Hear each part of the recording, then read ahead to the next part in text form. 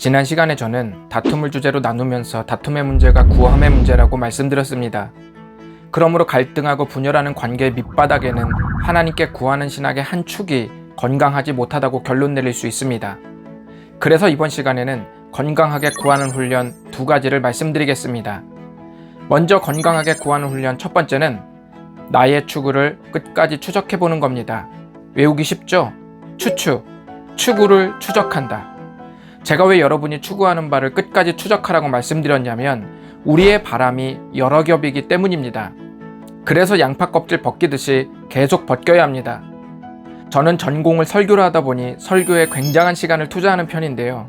모든 목사님들이 그러시겠지만 늘 제 마음속에는 교회 가족들에게 설교를 잘해야 한다는 부담을 갖고 있습니다. 그래서 좋은 설교를 전할 수 있게 해달라고 하나님께 구합니다. 그런데 설교를 잘해야 한다는 부담은 어떤 면에서 좋은 거죠. 그런데 이 좋은 목표가 독이 되기도 합니다. 매주 강단에 설 때마다 이 목표를 잊은 적이 없음에도 불구하고 어떤 경우에는 사람들을 지나치게 의식하는 결과로 나오기도 합니다. 또 이 부담이 너무 큰 나머지 설교를 망쳤다는 생각이 들면 설교하고 난 후 기분이 별로 좋지 않습니다. 이 경험을 예로 들어보면요. 저는 하나님께 좋은 걸 구했기 때문에 단편적으로 보면 문제가 되지 않습니다. 이것이 한 겹이죠. 하지만 구석구석 잘 살피면 다릅니다.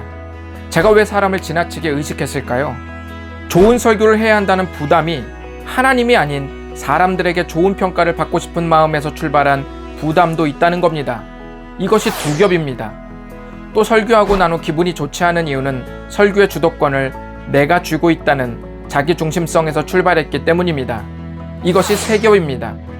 결론은 거룩한 부담을 상실한 한 가지 문제에서 다양한 종류의 부담이 생기고 있었다는 말입니다. 우리가 어떤 생각을 하고 어떤 말을 하고 어떤 행동을 할 때 큰 틀에서는 문제가 없다고 느껴도 그 껍질을 벗기면 다양한 문제를 발견할 수 있습니다.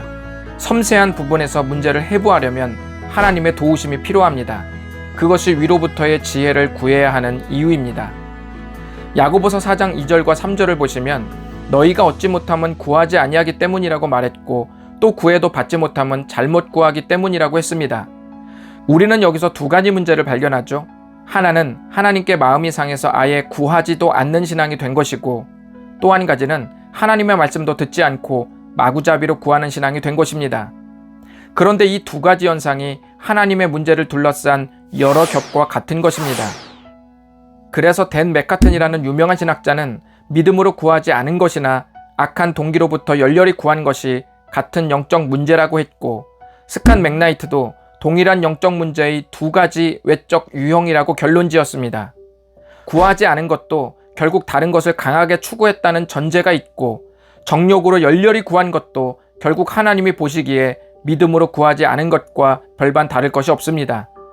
건강하게 구하는 그리스도인이 되기 위해 자신이 추구하는 바를 끝까지 추적해 보시기 바랍니다.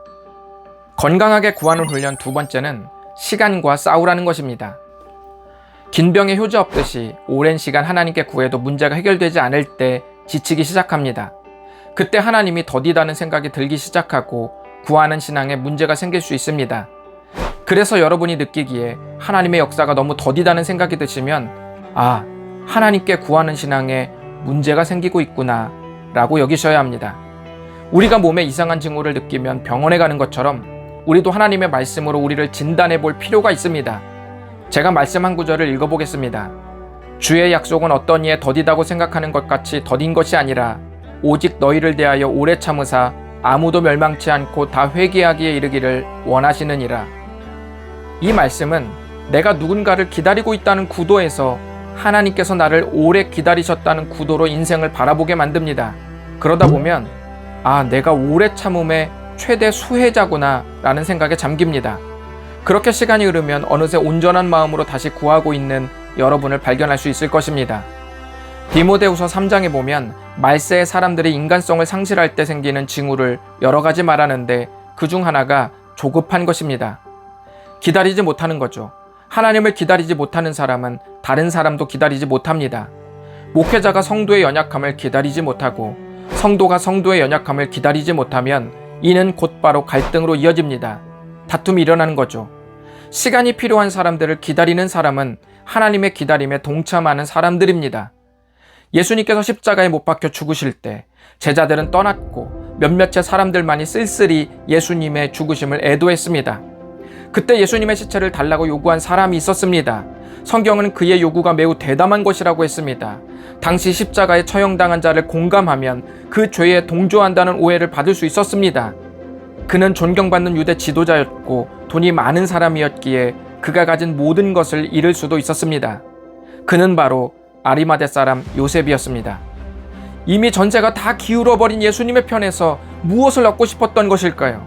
성경은 요셉을 단 한마디로 이렇게 표현합니다. 하나님의 나라를 기다리는 자라. 갈등과 다툼은 막다른 길에 다다른 자의 모습입니다. 당대 모든 사람에게 십자가는 끝이었지만 요셉에게는 기다리는 여정이었습니다. 끝이 아니었기에 돌아설 일도 없고 누군가를 포기할 일도 없었습니다. 성경은 그 십자가를 이렇게 말합니다. 이제는 전에 멀리 있던 너희가 그리스도 예수 안에서 그리스도의 피로 가까워졌느니라.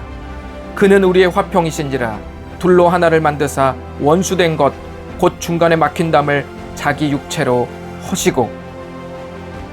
복음은 각 개인을 죄로부터 구원하는 것을 넘어 서로 다른 사람들끼리 화평을 이룰 수 있는 다리가 되셨습니다.